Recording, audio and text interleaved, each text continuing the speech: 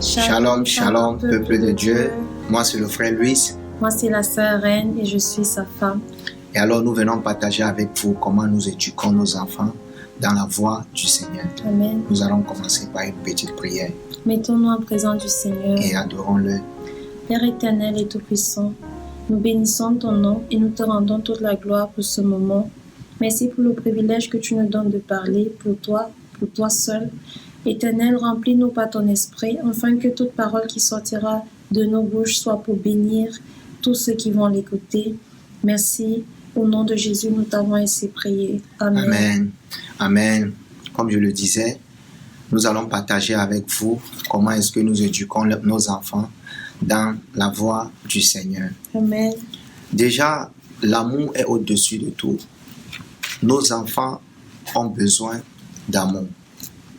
C'est par l'amour que l'Éternel a pu nous faire obtenir notre salut en mourant sur la croix. De même aussi avec nos enfants, nous devions manifester l'amour, quelles qu'en soient les attitudes. Nous devions être le bon exemple pour nos enfants. Nous devons les montrer le chemin par l'amour. L'amour est au-dessus de tout. Nous ne devions pas nous fier à leur caractère. Que les comportements de nos enfants ne nous changent pas. Que les comportements de nos enfants ne nous transforment pas. Ne devenons pas des rebelles à cause de nos enfants. Restons toujours dans l'amour. Et alors, comment avoir l'amour? Comment toujours donner l'amour à nos enfants, même lorsque nous sommes brisés? C'est l'imagination par la foi. Qu'est-ce que vous imaginez de vos enfants? C'est très important. Qu'est-ce que vous imaginez de vos enfants? Qu'est-ce que vous pensez de vos enfants? Avant de continuer, la sœur doit lire une parole et on va poursuivre. Nous allons lire la parole de Genèse chapitre 15, du verset 4 au verset 6. Je lis la parole au nom de Jésus. Amen. Alors la parole de l'Éternel lui fut adressée ainsi. Ce n'est pas lui qui sera ton héritier, mais c'est celui qui sortira de tes entrailles qui sera ton héritier. Et après l'avoir conduit dehors, il dit, regarde vers le ciel et compte les étoiles si tu peux les compter. Et il lui dit, telle sera ta postérité. Abraham eut confiance à l'Éternel, qui le lui imputa à justice. Parole Amen. du Seigneur. Nous rendons grâce à Dieu. Vous voyez, malgré les promesses que l'Éternel a faites à Abraham, il est toujours amené dehors pour lui demander de compter les étoiles du ciel. Pourquoi? Pour lui donner une image de sa postérité, pour lui donner une image de sa bénédiction. Et alors, nous devions avoir une image du futur de nos enfants. Ça compte beaucoup pour leur éducation. Ça compte beaucoup pour leur succès. Qu'est-ce que Dieu dit de ton enfant? La Bible dit, je te connais depuis lorsque tu étais dans le sein de ta maman, je t'ai établi, j'ai prévu des plans de prospérité et de bonheur pour toi. Nos enfants, les destins sont déjà tracés par l'Éternel. Nos enfants sont déjà bénis.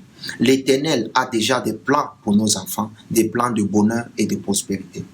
Faudrait pas qu'on se fie aux attitudes présentes de nos enfants parce que le présent ne détermine pas le futur. Le comportement de nos enfants actuels ne détermine pas le futur. Nous devions toujours leur donner l'amour, continuer à persévérer. Quel qu'en soit ce qu'ils font, nous devions toujours leur donner l'amour. Ce n'est que l'amour qui peut les transformer, ce n'est que l'amour qui peut les changer. Ayant cette image de ton enfant demain, ça te donne toujours le courage. Moi, c'est ça qui me motive en tant que parent.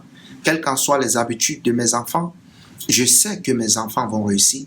Je sais que mes enfants vont prospérer. Je sais que mes enfants auront la vie éternelle. Je sais tous les plans que l'Éternel a prévus pour mes enfants. Et alors, pour ça, je ne baisse pas les bras. Je reste toujours dans l'amour. Parce que ce n'est que par l'amour que l'Éternel a pu nous sauver.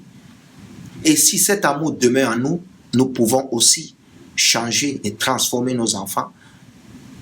En marchant selon les commandements de Dieu, la Bible dit, si tu marches selon ma parole, moi et mon Père, nous allons demeurer en vous. Et alors, si nous marchons selon les commandements de l'Éternel, définitivement, l'Éternel demeure en nous et dans nos maisons. Et nos enfants aussi vont changer. Et alors, nous ne devons pas baisser les bras. Nous avons vu Jacob La Bible dit que l'Éternel aimait Jacob depuis le ventre de sa maman. Mais malgré tout ce que Jacob a fait, ça n'a pas changé les plans de Dieu dans sa vie. Jacob qui a volé le droit de naissance de son frère, Jacob qui a volé la bénédiction de son frère, mais l'Éternel ne s'est pas posé de questions. Et pourquoi Jacob est comme ça? Alors que je l'aime depuis le ventre, alors que je l'aime depuis. Mais non, ça n'a pas changé les plans de Dieu. Malgré son comportement, ça n'a pas changé les plans de Dieu. Le caractère de vos enfants ne change pas les destins si vous persévérez dans la prière. Dieu a persévéré, Dieu a suivi Jacob. Dieu était avec Jacob partout, malgré ses erreurs. Dieu a suivi Jacob. Amen. Amen. Pour ma part, en tant que maman, mon message s'adresse surtout aux femmes, parce que la parole dit dans Proverbe que la femme bâtit la maison, la femme sage, il faut préciser. Et le Seigneur a fait de nous, par son esprit, des femmes sages. Et mon exemple aujourd'hui, c'est la femme cananéenne.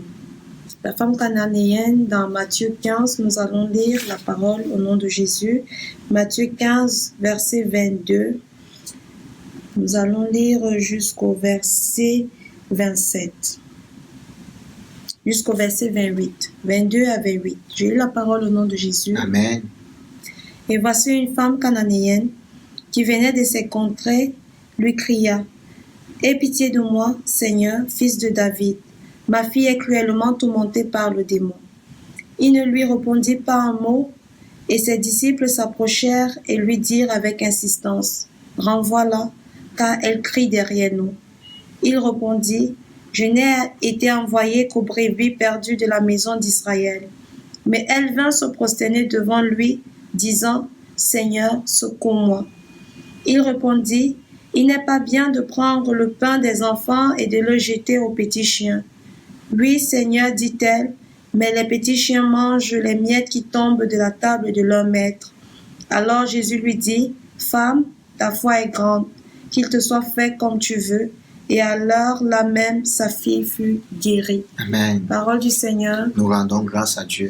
Cette femme est vraiment pour nous, les femmes sages, les mamans, une preuve de détermination, un exemple de détermination et de persévérance dans la foi.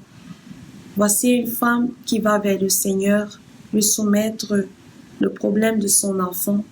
Et au premier abord, les choses ne se passent pas très bien. Mais comme l'évangéliste, mon mari l'a dit, lorsque nous avons des enfants, nous devons vivre avec l'imagination par la foi de leur futur. Cette femme, la cananéenne, savait que sa fille avait un futur. Et ce futur, elle l'imaginait. C'est pourquoi elle a persévéré lorsque le Seigneur Jésus-Christ lui a résisté. Et même que les disciples n'étaient pas d'accord pour qu'elle puisse continuer sa démarche, elle a persévéré. Alors les mamans, les femmes sages que nous sommes, nous devons aussi persévérer. Parfois, nous commençons à faire des prières pour nos enfants lorsque tout va mal. Mais puisque les prières ne sont pas sur le coup, physiquement, matériellement exaucées, nous ne voyons pas les choses de nos yeux physiques changer, nous baissons les bras. Et c'est là que tout se corse encore et ça n'arrange rien. Par contre, si nous allons déjà vers le Seigneur, c'est pas pour faire encore les choses de nous-mêmes ou pour laisser tomber lorsque ça n'évolue pas, lorsque la solution ne vient pas tout de suite. Non, nous devons être les femmes cananéennes qui vont jusqu'au bout. Par la foi, nous devons tenir jusqu'au bout. Quand le Seigneur repousse la femme la première fois, qu'est-ce qu'elle fait par la suite? Elle se prosterne. Elle se prosterne, ça veut dire à ce moment, elle s'abandonne totalement au Seigneur pour que sa fille soit guérie. Alors tant que nous ne voyons pas les choses changer dans la vie de nos enfants, tant que nos enfants ne sont pas transformés de gloire en gloire à l'image et à la ressemblance de notre Seigneur, nous ne devons pas laisser tomber. Nous devons persévérer parce que nous avons l'image du futur de nos enfants par la révélation et les prophéties et les promesses que l'Éternel a eu à faire pour leur destinée. Soyez bénis. Shalom, shalom. Amen. Que ce message puisse réconforter, Amen. fortifier des familles, des parents, des mamans. Amen. Que le Saint-Esprit se manifeste dans vos vies et qu'il vous assiste tel qu'il le fait avec nous. Amen. Au nom de Jésus, nous sommes très contents d'avoir pu partager ce message avec vous. Soyez encore bénis. Shalom Amen. tout le monde. Amen. Soyez encouragés. Soyez des exemples pour vos enfants. Persévérez dans la prière. Abraham avait 100 ans. Sarah était stérile. Médicalement parlant, il n'y avait plus de solution pour lui d'avoir un enfant, mais il n'est pas resté là. Il est resté sur cette imagination et sur la foi. Il savait qu'il devait avoir une postérité. Il savait qu'il devait avoir une nation. Il est resté fidèle. Restez fidèle, quelle qu'en soit la situation avec vos enfants, restez fidèle à Dieu, parce que le Seigneur a déjà établi un plan pour eux. Restez dans l'amour, aimez-les, quels qu'en soient les comportements, aimez-les. Aimez-les, l'amour est au-dessus de tout. L'amour de Christ nous a transformés et l'amour de Christ en nous va aussi transformer nos enfants au nom de Jésus. Amen. Shalom. Shalom, shalom à tout le monde. J'espère que cette vidéo doit changer des familles, bénir des familles. Amen. Amen. Bye.